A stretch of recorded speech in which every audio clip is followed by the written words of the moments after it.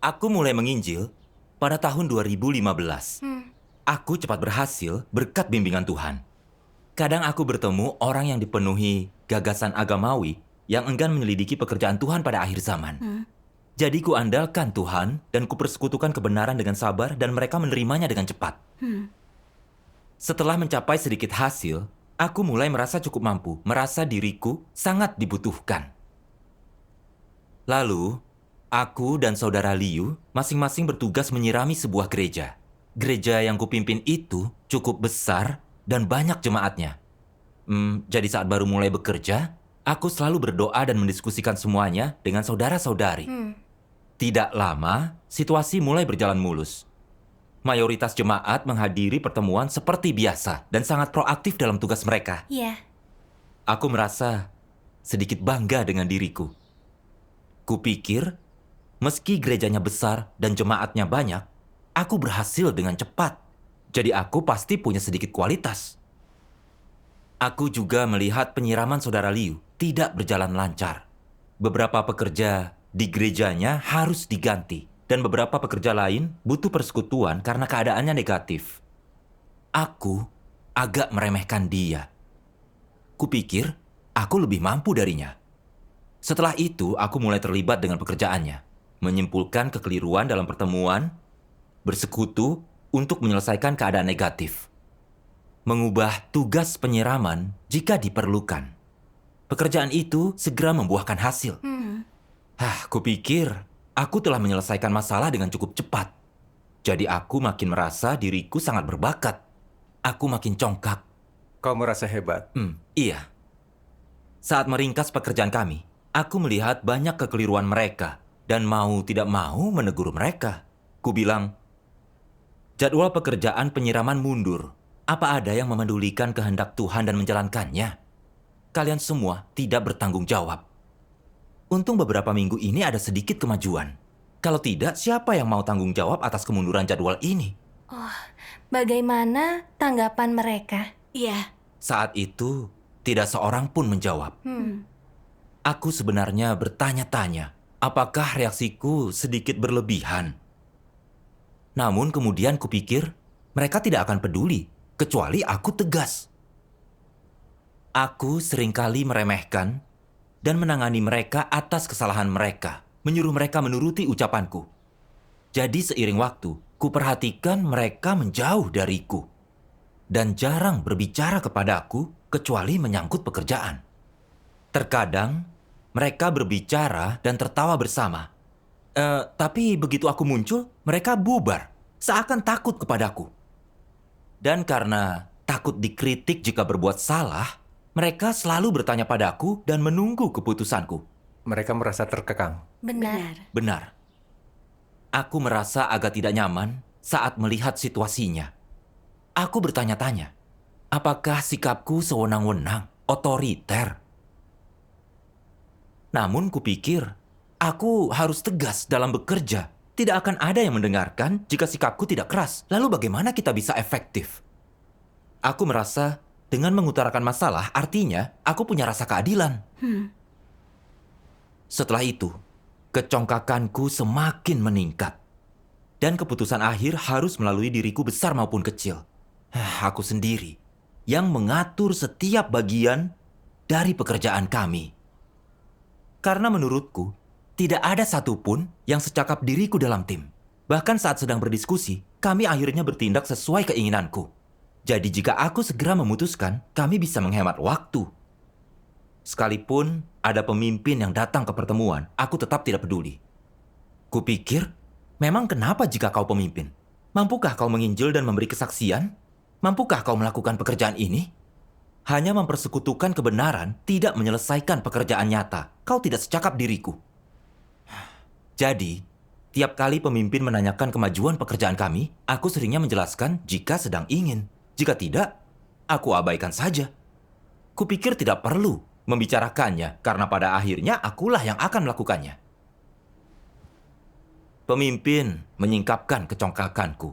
Berkata, aku selalu jadi penentu keputusan tanpa bekerja sama dengan saudara-saudari. Dikritik seperti ini, aku mengakui telah bersikap congkak, tapi aku tidak memedulikannya. Aku pikir kualitasku baik dan cakap. Jadi selama pekerjaanku bagus, siapa yang peduli jika aku congkak? Selain itu, aku yang menjalankan mayoritas pekerjaan gereja. Jadi mereka mau apa? Memecatku. Aku tidak mengindahkan masukan dari pemimpin dan terus bertugas sesuka hatiku memegang kendali penuh. Suatu kali, ada gereja baru yang butuh orang tambahan untuk penyiraman. Dan tanpa mendiskusikannya, aku mengatur agar seorang saudari membantu mereka. Kupikir, biasanya mereka menyetujui saran-saran dariku. Jadi tidak masalah jika kuputuskan sendiri. Namun tanpa kuduga, belakangan ku ketahui bahwa saudari itu kurang memahami kebenaran dan tidak mampu bekerja nyata. Itu hambatan serius. Namun aku tetap tidak merenungkan diriku. Lalu, karena aku terus congkak dan gagal dalam mencari prinsip kebenaran atau membimbing orang agar mengikuti prinsip saat bertugas, semua orang hanya terlihat sangat sibuk tanpa ada hasil yang nyata. Ini sungguh menghambat kemajuan kami. Benar. Meski begitu, aku tetap tidak menyadari masalahku sendiri dan menyalahkan orang lain karena tidak terbebani. Selama beberapa waktu, aku tampak menyelesaikan segalanya. Tapi, aku punya firasat aneh. Seperti hal yang mengerikan akan terjadi. Aku tidak tahu harus berkata apa dalam pertemuan. Aku mulai mengantuk saat rapat dan tidak mengetahui apapun. Rasanya otakku kusut, aku tidak bertenaga dan hanya ingin istirahat. Aku sadar telah kehilangan pekerjaan Roh Kudus. Tapi aku tidak tahu penyebabnya. Aku berdoa memohon Tuhan agar membantuku mengenal diriku. Bagaimana kau mendapatkan pemahaman? Ada pemimpin yang datang ke pertemuan dan menyingkapkan tentang caraku berperilaku.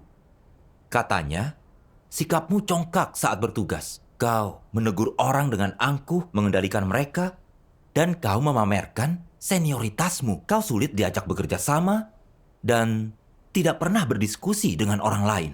Kau bertindak sesuai keinginanmu, sewenang-wenang dan bersikap semaunya. Itu adalah watak antikristus. Karena perilakumu, kami memutuskan untuk memecatmu.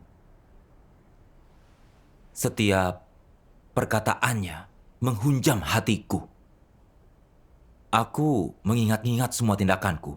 Aku membuat keputusan tanpa berdiskusi dengan siapapun dan sewenang-wenang.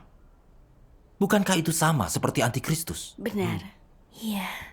Pemikiran itu sungguh membuatku takut.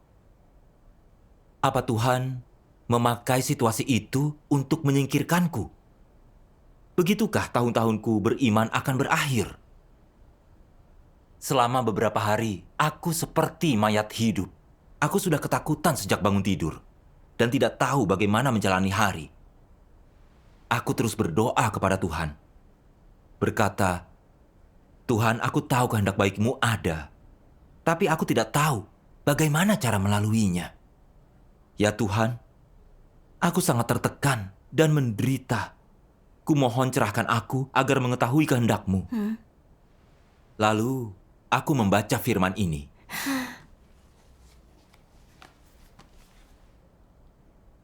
Tuhan tidak peduli apa yang akan terjadi padamu, atau seberapa banyak pekerjaan dan upayamu. Dia hanya melihat caramu menyikapi hal-hal ini. Berkaitan dengan apa sikap dan caramu dalam melakukan sesuatu. Itu berkaitan dengan pengejaranmu akan kebenaran dan jalan masukmu ke dalam kehidupan. Tuhan melihat ini dan jalan yang kau tempuh. Jika engkau menempuh jalan mengejar kebenaran dan memiliki jalan masuk ke dalam kehidupan, engkau akan mampu bekerja sama dengan orang lain dan dengan mudah melaksanakan tugasmu sesuai standar. Namun jika engkau selalu menekankan modal dan pengalamanmu bahwa engkau peduli akan kehendak Tuhan dan mengejar kebenaran melebihi orang lain, jika engkau merasa pantas mengambil keputusan tanpa berdiskusi dan bertindak sesuka hatimu, menjalankan urusanmu sendiri, ingin menjadi istimewa, apa engkau menapaki jalan masuk ke dalam kehidupan? Tidak, ini pengejaran akan status. Ini menempuh jalan Paulus, bukan jalan masuk ke dalam kehidupan. Dulu ada orang yang berbakat dalam menginjil. Dia sangat menderita saat melakukannya, bahkan di penjara selama bertahun-tahun. Dia terus menginjil usai bebas, mempertobatkan ratusan orang. Beberapa ada yang berbakat, ada yang dipilih jadi pemimpin atau pekerja, sehingga dia merasa layak untuk dipuji dan menjadikannya modal untuk dipamerkan dan bersaksi tentang diri sendiri. Aku dipenjara 8 tahun dan aku teguh dalam kesaksianku. Aku mempertobatkan banyak orang. Ada yang kini menjadi pemimpin atau pekerja. Aku layak dipuji atas kontribusiku di gereja. Dimanapun dia menginjil, dia membual pada pemimpin atau pekerja setempat. Dia selalu bilang, kalian harus menuruti perkataanku. Bahkan pemimpin seniormu bersikap sopan saat berbicara denganku. Siapapun yang tidak sopan akan kuberi pelajaran. Orang ini adalah perundung, bukan? Benar. Iya. Jika tidak mempertobatkan orang, akankah mereka bersikap secongkak itu? Pasti, sikap itu menjadi bukti bahwa kecongkakan ada dalam natur mereka. Natur dan esensi mereka begitu congkak tanpa nalar. Usai mempertobatkan beberapa orang, mereka makin congkak dan sombong. Mereka membuahkan modal dan berusaha dipuji dimanapun. Bahkan menekan pemimpin di berbagai tingkat berusaha menjadi setara. Mereka berpikir seharusnya menjadi pemimpin senior di gereja. Berdasarkan perilaku orang semacam ini, kita seharusnya tahu dengan jelas natur apa yang mereka miliki dan kemungkinan kesudahan mereka. Saat memasuki gereja, setan unjuk diri usai melakukan sedikit pelayanan. Mereka tidak dengarkan orang yang menangani mereka dan bersikeras menentang gereja. Apa natur dari tindakan mereka? Di mata Tuhan, mereka sedang bunuh diri dan tidak akan berhenti sampai mereka mati. Inilah satu-satunya cara yang tepat untuk menjelaskannya. Amin. Amin. Membaca ini sungguh membuatku takut. Rasanya Tuhan menyingkap aku secara langsung. Memperlihatkan keadaanku dan rahasia yang belum pernah kukatakan pada siapapun. Pencapaianku bagus selama menginjil. Jadi aku mengira telah banyak berkontribusi, merasa sangat dibutuhkan, dan memperhitungkan semua tindakanku. Aku merasa terhormat di gereja bahwa akulah tiang penopang di sana. Kuanggap itu modal pribadi dan meremehkan semua orang. Aku menegur orang dengan menghina, dan itu mengekang saudara-saudari. Aku tidak kooperatif dalam tugasku, tapi bersikap dan bertindak semaunya, dan sangat menunda pekerjaan gereja. Bahkan ketika pemimpin menanganiku, aku tidak peduli. Aku bahkan memamerkan kualifikasiku. Kupikir dia tidak lebih baik dariku, dan aku tidak mau menerima bantuan apapun. Aku ingin memutuskan semuanya sendiri. Aku menegur saudara-saudari saat mereka tidak menurutiku, mengancam akan memecat mereka jika tidak bekerja dengan baik. Mereka jadi terobsesi menyelesaikan tugas, takut kehilangan tugas jika berbuat salah, dan hidup menderita. Bagaimana itu bisa disebut melakukan tugas? Bukankah itu melakukan kejahatan, menentang Tuhan? Pemikiran itu sungguh membuatku takut. Aku tidak pernah menduga akan melakukan kejahatan. Sangat merugikan dan mengendalikan saudara-saudari. Menghalangi pekerjaan kami sampai taraf itu. Aku menentang Tuhan, tapi mengira sedang bertugas untuk memuaskannya. Sikapku tidak rasional. Kubaca dalam firman Tuhan bahwa bertindak seperti itu sama saja sedang bunuh diri.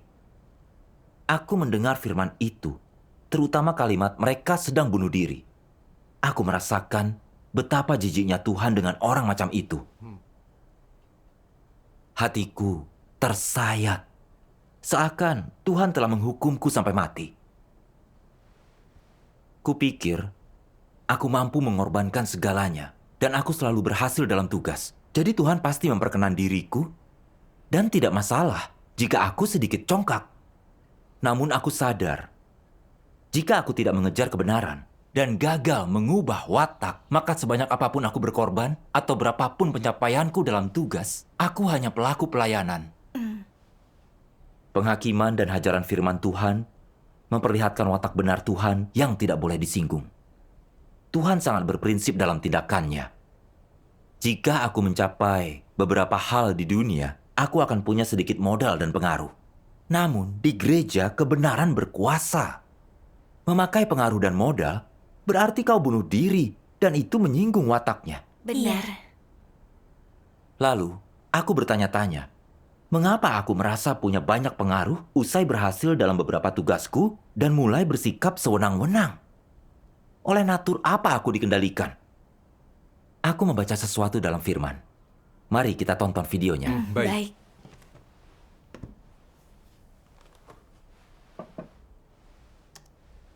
Tuhan yang Maha Kuasa berfirman, "Jika di dalam hatimu engkau benar-benar memahami kebenaran, engkau akan tahu bagaimana menerapkan kebenaran dan menaati Tuhan, dan secara alami engkau akan mampu memulai jalan mengejar kebenaran.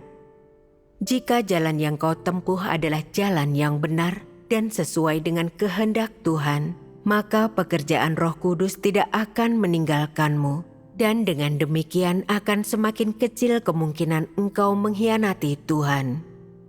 Tanpa kebenaran, akan mudah bagimu untuk melakukan kejahatan, dan engkau akan melakukannya meskipun engkau sendiri tidak mau.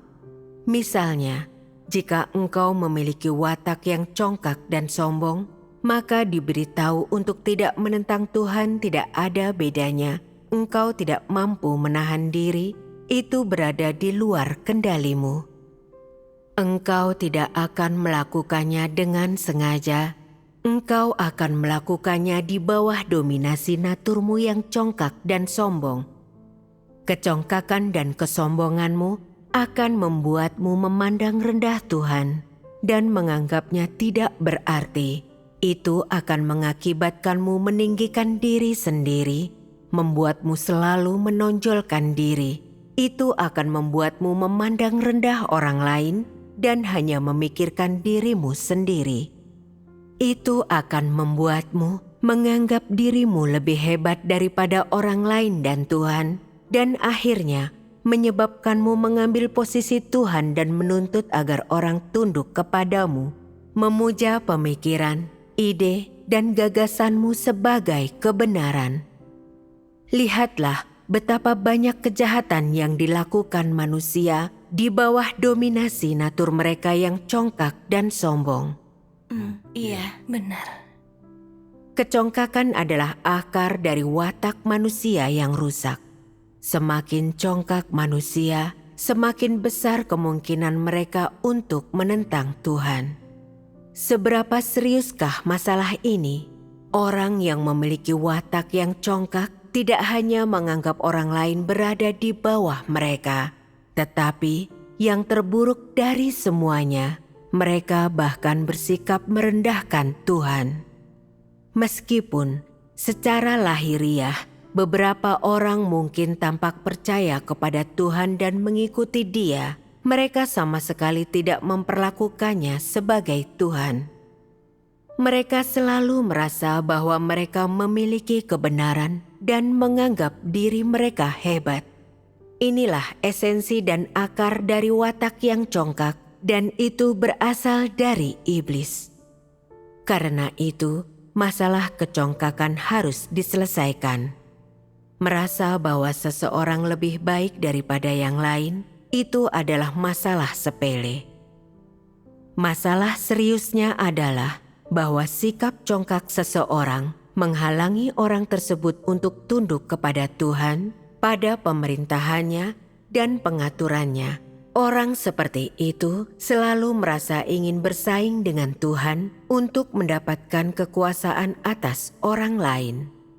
Orang seperti ini tidak sedikit pun menghormati Tuhan, apalagi mengasihi Tuhan atau tunduk kepadanya. Orang-orang yang congkak dan sombong, terutama mereka yang begitu congkak sampai kehilangan akalnya, tidak mampu tunduk kepada Tuhan dalam kepercayaan mereka kepadanya, dan bahkan meninggikan serta memberikan kesaksian tentang diri mereka sendiri. Orang-orang semacam itulah yang paling menentang Tuhan. Amin. Amin. Syukur kepada Tuhan. Firman Tuhan mengajariku bahwa sumber pemberontakan atas Tuhan adalah kecongkakan. Saat natur seseorang congkak, mereka tidak dapat menahan diri untuk menentang Tuhan. Iya, benar. Perilakuku adalah hasil pengendalian natur congkakku. Aku sangat senang setelah berhasil dalam beberapa hal. Kukira aku punya kualitas, juga cakap, dan sangat dibutuhkan. Gereja tidak bisa berfungsi tanpaku. Aku meremehkan orang, memakai jabatanku untuk mengekang mereka, tidak memikirkan orang lain. Aku sewenang-wenang dan tidak berdiskusi dengan yang lain. Aku merasa mampu dan membuat keputusan sendiri. Aku tidak menghargai rekanku. Aku sangat congkak dan tidak menghormati Tuhan. Saat pemimpin menanganiku, aku memang mengakui kecongkakanku, tapi tidak benar-benar memedulikannya. Aku bahkan merasa tidak buruk menjadi congkak. Bahwa disebut congkak berarti aku punya keterampilan. Jika tidak, apa yang akan membuatku congkak? Aku sangat tidak bernalar dan tidak tahu malu. Aku hidup menurut racun iblis. Akulah penguasa jagat raya ini. Bertindak bak raja di gereja. Tidak memikirkan orang lain. Apa bedanya aku dengan partai komunis? Partai komunis itu congkak dan jahat. Memakai kekerasan baru untuk menindas siapapun yang tidak menurut. Aku keras kepala di gereja. Tidak menerima pengawasan siapapun. Bukankah itu sama seperti sinaga merah yang sangat besar? Iya. Lalu aku menyadari betapa congkak dan tidak pedulinya aku dengan orang lain, bahkan Tuhan.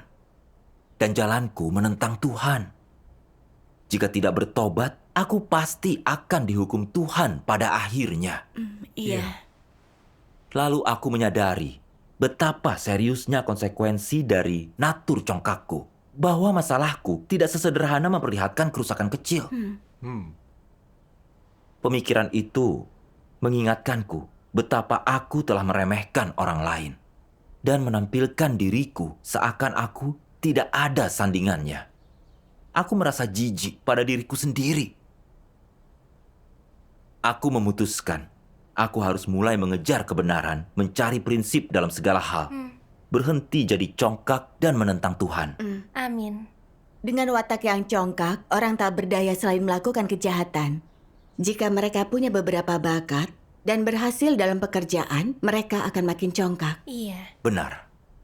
Lalu, saat aku sedang mencari cara menyikapi kesuksesanku dengan benar, kubaca satu firman Tuhan. Akan kubacakan. Baik, di sini bagian ini.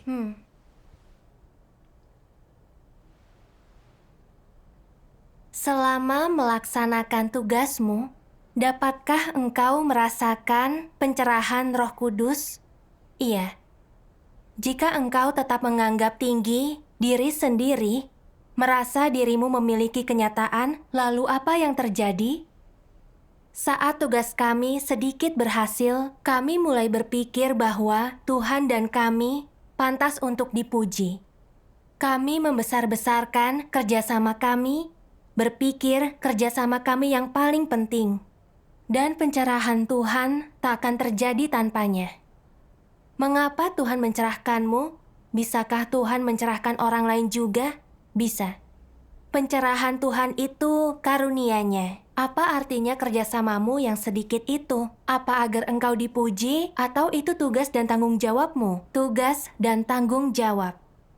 Ketika engkau menyadarinya, inilah pola pikir yang benar, dan engkau tidak akan menuntut untuk dipuji. Jika engkau meyakini ini kontribusiku, mungkinkah pencerahan terjadi tanpa kerjasamaku? Ini butuh kerjasamaku. Kerjasama manusia itu yang terpenting, maka itu keliru. Bagaimana bisa bekerja sama jika tidak dicerahkan Roh Kudus, jika tidak ada yang mempersekutukan prinsip kebenaran padamu? Engkau pasti tak akan tahu tuntutan Tuhan dan jalan penerapannya. Meski ingin menaati Tuhan dan bekerja sama, engkau pasti tidak tahu caranya. Bukankah kerjasamamu adalah omong kosong? Tanpa kerjasama yang benar, engkau bertindak menurut gagasanmu. Dapatkah tugas yang kau jalankan memenuhi standar? Tidak, dan ini menunjukkan masalah. Masalah apa yang ditunjukkan?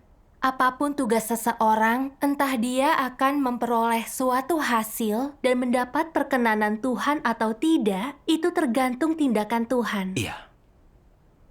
Meski kau memenuhi tanggung jawab dan tugasmu, jika Tuhan tidak bekerja dan mencerahkanmu, engkau tidak akan tahu jalan atau tujuanmu. Lalu apa hasil semua itu? Itu akan menjadi upaya yang sia-sia. Benar. Karena itu, entah tugasmu dijalankan sesuai standar, bermanfaat bagi orang lain, dan mendapatkan perkenanan Tuhan atau tidak, semuanya tergantung Tuhan. Manusia hanya dapat melakukan apa yang mereka bisa dan harus lakukan dan bertindak sesuai kemampuan bawaan mereka, tidak lebih dari itu. Karena itu, menjalankan tugasmu dengan cara efektif bergantung pada bimbingan firman Tuhan dan pencerahan roh, agar engkau dapat memahami jalan, tujuan, dan prinsip yang Tuhan berikan. Semua ini berkat Tuhan. Jika orang tidak dapat melihatnya, berarti mereka buta. Amin. Syukur kepada Tuhan. Dari firman Tuhan, aku mengerti bahwa mencapai sedikit hasil dalam tugasku sepenuhnya karena karunia Tuhan dan pencerahan Roh Kudus. Benar. Itu juga berkat persekutuan Tuhan tentang kebenaran dan prinsip. Bukan karena aku punya kualitas yang bagus. Tanpa bimbingan firman atau pencerahan Roh Kudus, sebagus apapun kualitasku atau kefasihanku, aku tidak akan mencapai apapun. Iya. Dan pekerjaan kecil ini adalah tugasku sebagai makhluk ciptaan. Ini tanggung jawabku. Iya. Apapun tugasnya, inilah yang harus makhluk ciptaan lakukan. Apapun pencapaiannya, bukanlah modal pribadi kita. Namun, aku tidak mengenal diriku sendiri. Kupikir aku cakap karena mencapai beberapa prestasi dalam pekerjaanku dan mengira bisa memanfaatkannya. Aku sangat berbangga diri berusaha mencuri kemuliaan Tuhan. Aku sangat congkak dan tidak bernalar. Iya. Apapun pencapaian kita dalam tugas berasal dari firman dan pencerahan Roh Kudus. Kita tidak mampu berdiri sendiri. Benar sekali. Mengingatnya kembali, bukan hanya tidak mencapai apapun saat bekerja dengan congkak, tapi aku juga memundurkan pekerjaan. Misalnya, saat aku salah menugaskan orang untuk penyiraman, yang membuat banyak saudara-saudari tidak memperoleh pembekalan. Itu sangat mengganggu pekerjaan gereja. Dan aku tidak mencari prinsip kebenaran atau memimpin orang untuk mengikuti prinsip saat bertugas. Artinya, tugas kami tidak ada yang selesai dan menunda kemajuan pekerjaan. Namun, aku tidak pernah merenungkannya. Aku justru menghargai diriku dan jadi makin congkak, seolah gereja tidak bisa berjalan tanpaku. Namun, Tuhan bisa mencerahkanku dan orang lain. Jadi pekerjaan gereja tetap bisa berjalan usai aku dipecat. Kupikir gereja tidak dapat berjalan tanpaku karena merasa diriku penting. Iya. Aku teringat Paulus pada zaman kasih karunia. Dia mengira punya modal usai melakukan beberapa pekerjaan, sehingga tidak memikirkan orang lain. Dia sendiri bilang dirinya tidak berada di bawah rasul lain. Dia merendahkan serta meremehkan Petrus. Akhirnya dia memakai pekerjaannya untuk meminta mahkota pada Tuhan. Dia congkak sampai hilang akal. Iya. Aku sadar diriku sama seperti Paulus. Jalanku sama dengannya. Tanpa penghakiman dan hajaran keras dari Tuhan, aku pasti belum menyadari masalahku dan merasa diriku hebat. Setelah menyadarinya, aku sungguh membenci diriku. Aku ingin bertobat kepada Tuhan. Syukur kepada Tuhan. Lalu, aku membaca firman ini.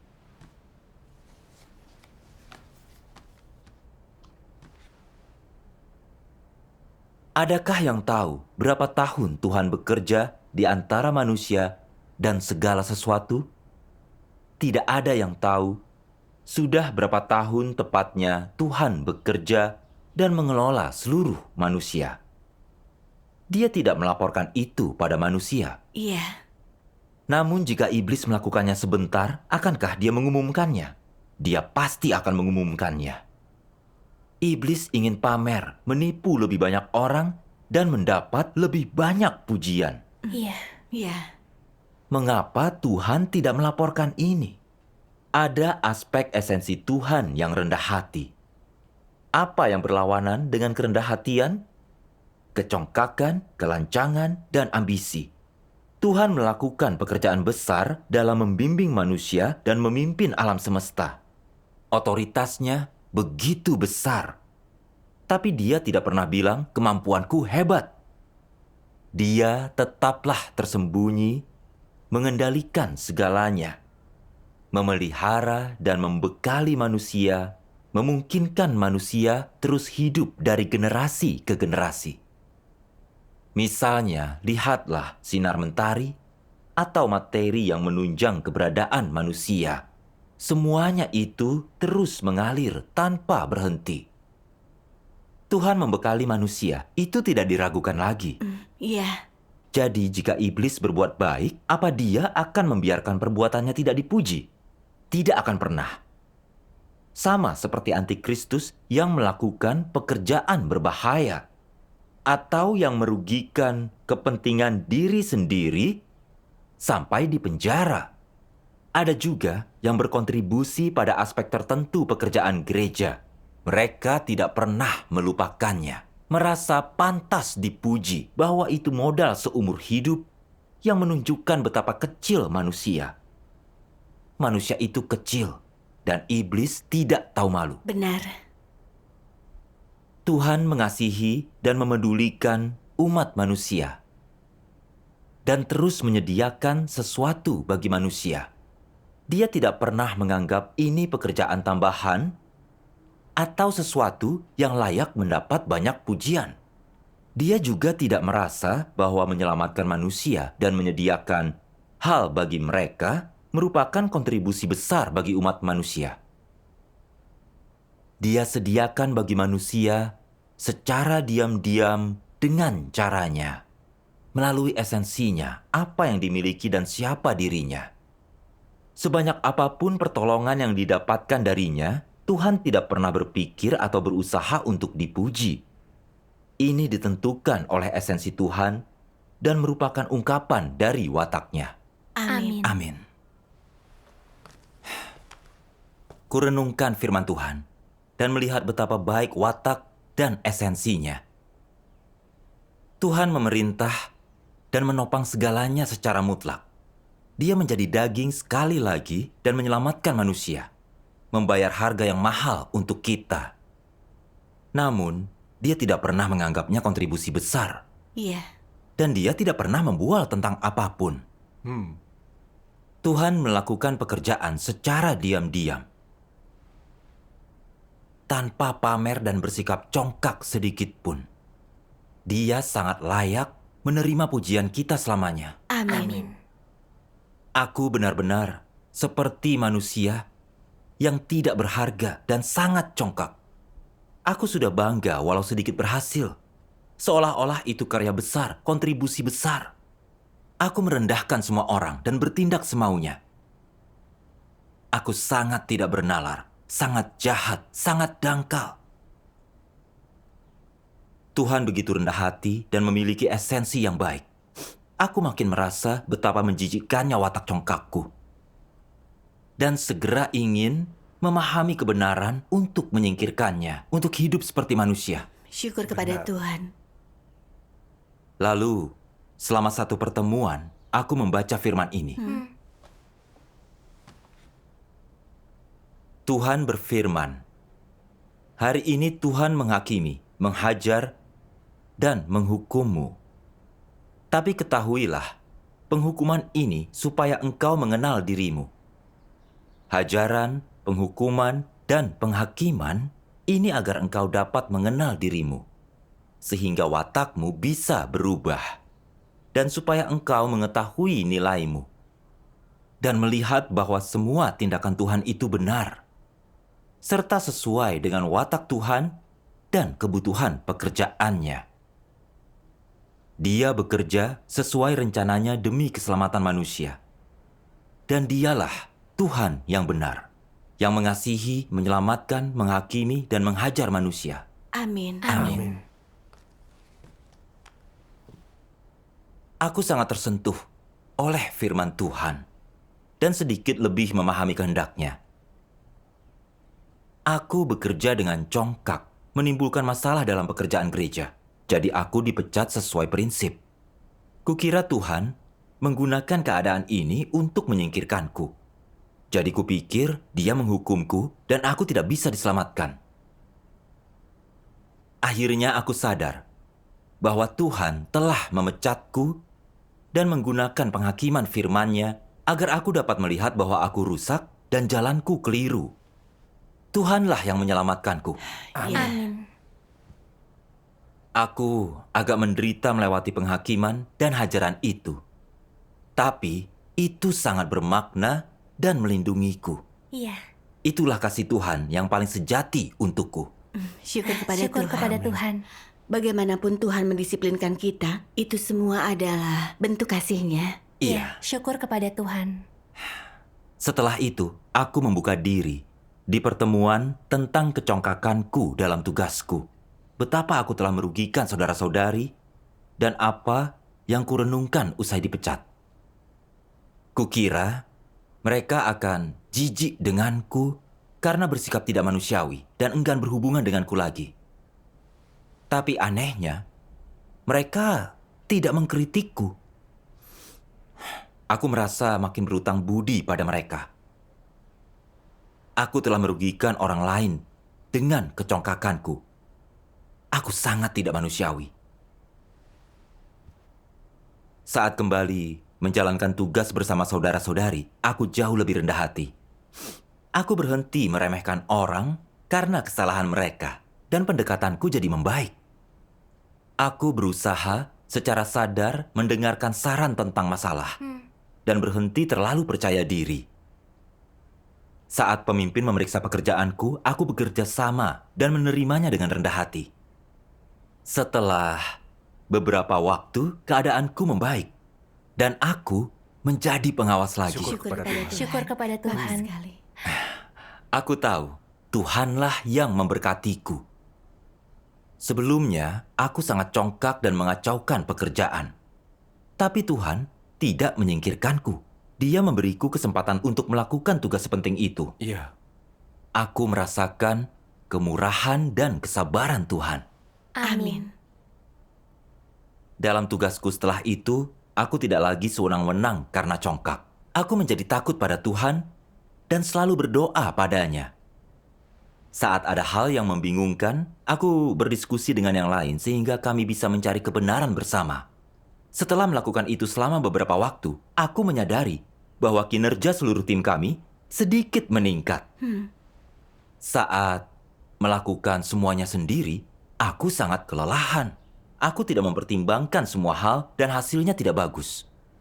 Sekarang, aku mendiskusikan masalah dengan saudara-saudari serta saling membantu. Dan menyelesaikan masalah jadi terasa lebih mudah.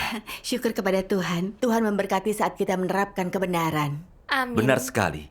Dan dengan bekerja sama dengan orang lain, aku bisa melihat mereka punya beberapa kelebihan. Beberapa dari mereka sangat bekerja keras. Iya. Beberapa orang mungkin berkualitas rendah, tapi mereka rajin dan menjunjung tinggi pekerjaan Iya. gereja. Itulah kelebihan yang tidak kupunya. Aku juga bisa belajar banyak hal untuk melengkapi kekuranganku sendiri. Inilah cara hidup yang jauh lebih bebas dan mudah. Syukur Syukur kepada kepada Tuhan. Tuhan. Setahun kemudian, seorang pemimpin mengatur pertemuan umum agar semua orang dapat menyampaikan pelajaran dan pengalaman setahun itu. Aku merenungkan semua yang telah kupelajari dengan tenang. Lalu kusadari bahwa Tuhan menyelamatkanku dengan memecatku. Itu perolehan terbesarku. Benar. Jika bukan karena itu, aku pasti tetap tidak tahu betapa seriusnya kecongkakanku. Bahwa aku congkak hanya karena aku punya beberapa bakat. Tuhanlah yang mendisiplinkan dan menghakimiku, yang memperlihatkan natur jahatku. Itu juga mengajariku tentang kebenaran keadilan Tuhan dan membuatku gentar akan Tuhan.